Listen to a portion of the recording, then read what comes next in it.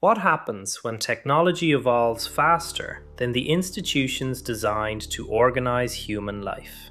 This is the central question of our age. For thousands of years, human civilization has been shaped by one problem: scarcity. Food was scarce, land was scarce, information was scarce. Every time the nature of scarcity changed, humans built new institutions to manage it. Tribes, farms, factories, and markets were our responses to what was hard to find. But now we are entering a new era.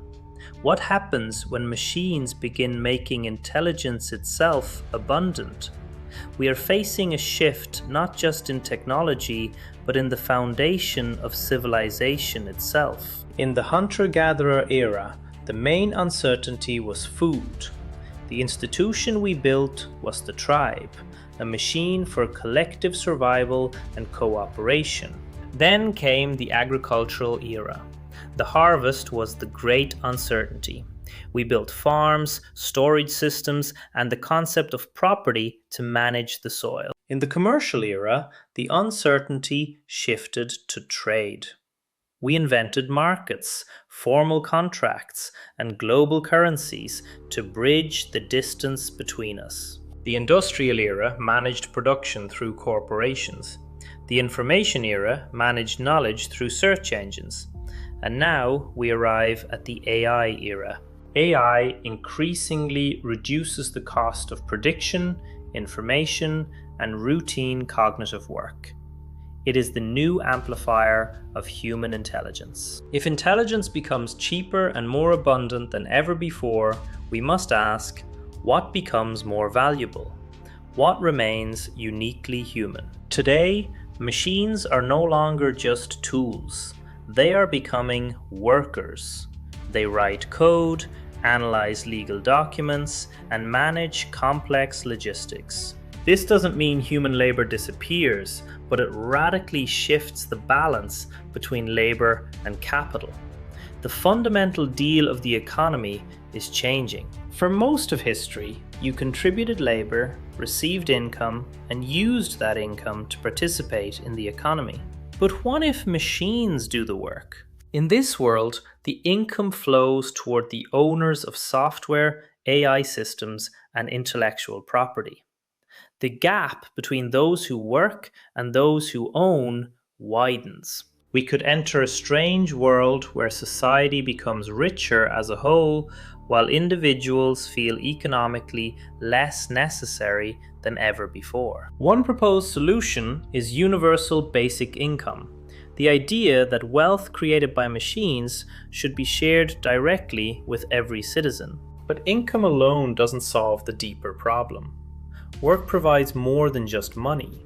It provides structure, status, and a sense of belonging. What happens to dignity when economic necessity is removed? If machines replace our tasks, how do we preserve human participation and meaning? We might find meaning in craftsmanship, in teaching, in building communities, or in caring for one another, things machines cannot truly feel. From wage supplements to new forms of human-machine entrepreneurship, the path forward isn't set. We are in a period of grand experimentation. If we want humans to work, why do we heavily tax labor while machines pay no payroll taxes?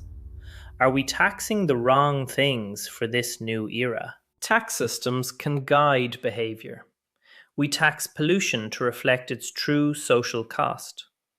Perhaps we should look at taxing what is scarce rather than what is productive. Income from creating value is different from income from controlling a bottleneck, whether it's land, data platforms, or natural resources. The future may not be human versus machine.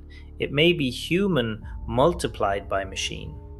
Technology replaces tasks, but it amplifies human abilities. A designer with an AI assistant isn't just a designer. They are an architect of possibility. The machine handles the routine, leaving the human to lead. So what remains scarce when intelligence becomes abundant? judgment, creativity, trust, and above all, human wisdom and responsibility. Technology evolves rapidly, but institutions, our schools, our laws, our governments evolve slowly. The real race is between our tools and our systems. Our schools were designed for the industrial age, our tax systems for the labor age. We are trying to navigate the future with a map of the past. Education, ownership, infrastructure, these are civilization's adaptation mechanisms. We must redesign them to fit a world where intelligence is no longer scarce. For most of history, we struggled to produce enough food, enough energy, enough information. But the machines are changing that equation. Our greatest challenge might no longer be producing wealth. It may be deciding who participates in creating it and who benefits from it. What happens to dignity when economic necessity is removed?